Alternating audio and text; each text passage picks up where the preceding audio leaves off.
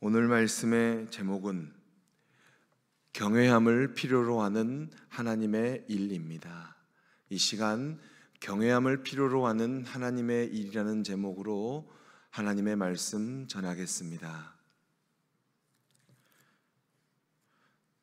저를 포함한 우리 성도님들은 하나님 나라의 백성이요 하나님의 일을 하는 자입니다. 그렇다면 하나님의 일을 하는 우리에게 있어서 가장 중요한 덕목은 무엇일까요?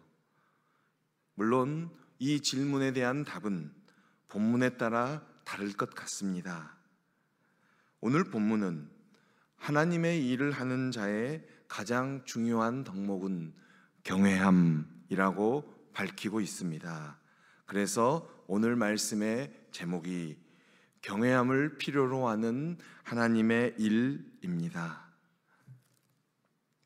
오늘 우리는 말씀의 제목을 살피기 전 본문 말씀을 포함하는 역대기서의 배경을 다시 한번 살펴보도록 하겠습니다. BC 586년경 고대 근동의 패권을 장악한 바벨론 제국은 유대의 수도 예루살렘 성전을 완전히 무너뜨렸습니다. 그리고 바벨론 제국의 느부갓네살 장군은 유대인들이 제국에 대한 반란을 꿈꾸지 못하도록 성전을 파괴함은 물론이요 성전 안에 있는 얼마 안 되는 사람들까지 완벽하게 흩어버렸습니다. 이로써 한때 하나님의 영광이 가득하였던 예루살렘은 황량한 벌판이 되었습니다. 뒤이어 BC 539년경 고대 근동의 패권을 장악한 바벨론 제국이 무너지고 페르시아 제국이 등장하였습니다. 페르시아 제국의 왕 고레스는 칙령을 발표하여 바벨론에 의하여 흩어진 유대인들이 자신들의 고향인 예루살렘으로 돌아갈 수 있도록 허락해 주었습니다. 이때 흩어진 유대인들, 디아스포라 유대인들 중에는 제국의 곳곳에서 혹은 제국의 심장에서 하나님의 역사를 기대하며 사는 사람들이 있었고요, 어떻게든지 다시 하나님의 영광이 가득했던 예루살렘으로 당장 돌아가고자 하는 유대인들이 있었습니다. 이러한 역사적 배경하 포로세강을 마치고 다시 예루살렘에 돌아온 유대인들은 여러 가지 큰 과제들에 직면하게 되었습니다. 돌아온 유대인들에게 있어서 가장 큰 과제는 이제 그들에게는 왕이 없습니다. 왜냐하면 페르시아가 총독을 보내서 유대인들을 다스렸기 때문입니다. 가장 큰 과제는 이제 그들에게 다윗과 같은 왕이 없었으며 다윗과 같은 왕에 대한 희망이 사라졌다는 것입니다.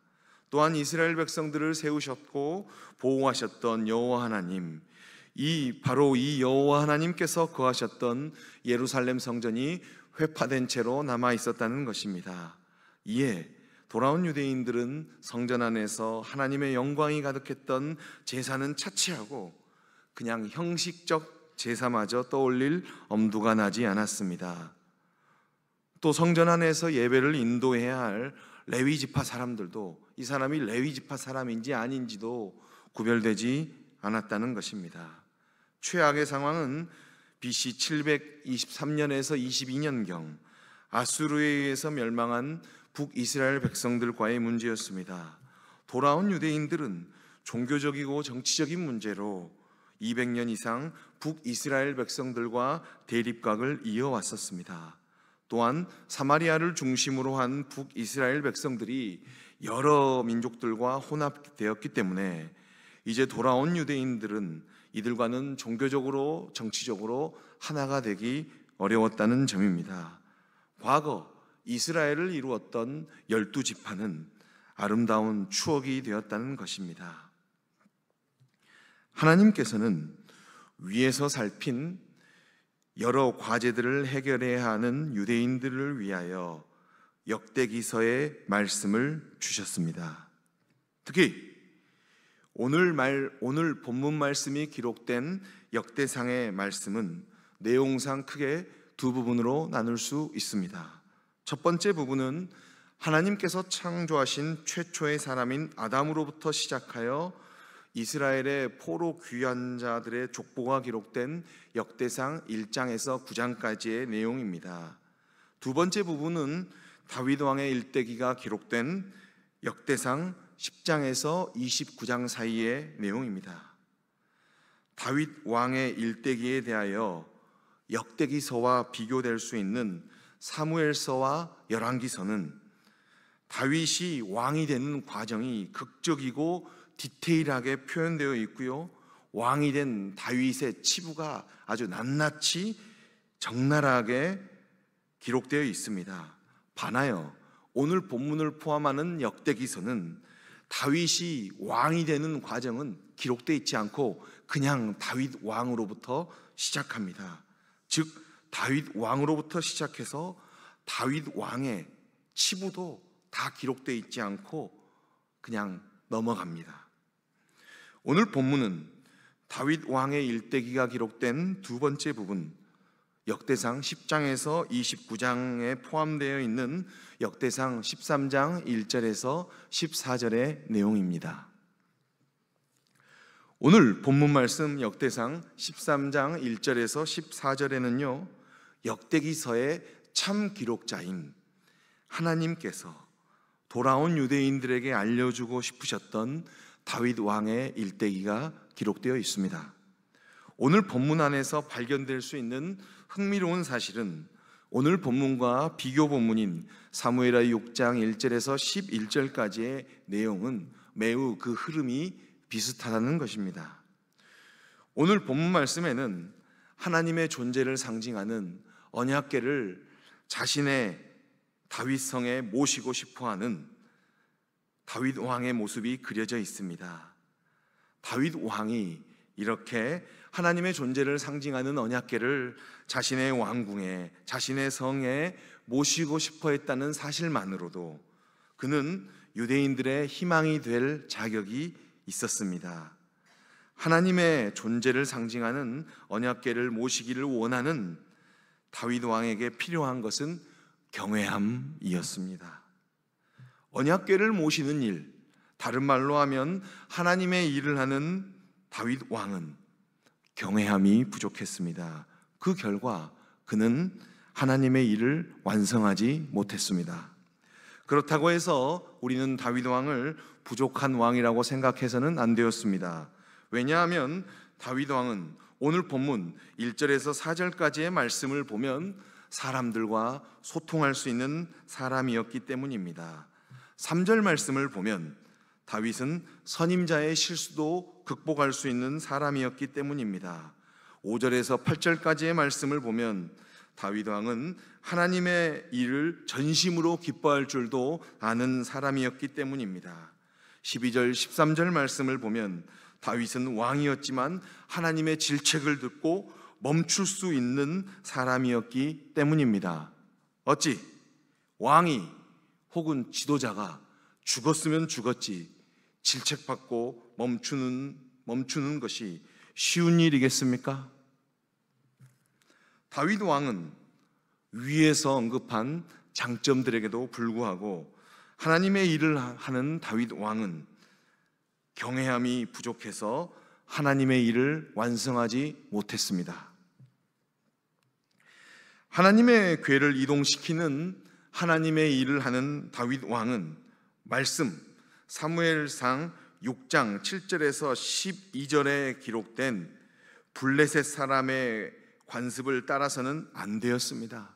언약궤를 이동할 때 사무엘상 6장 7절에서 12절은 블레셋 사람들이 하나님의 언약궤를 이동할 때 쓰는 그 방법을 따라서 서로 하나님의 언약궤를 이동시켰던 일처럼 행동해서는 안 되었다는 것입니다. 다윗 왕은 율법 출애굽기 25장 12절에서 15절에 기록된 대로 언약궤를 고리에 채를 끼워 레위 사람들로 하여금 어깨에 메어 운반하도록 해야 했습니다.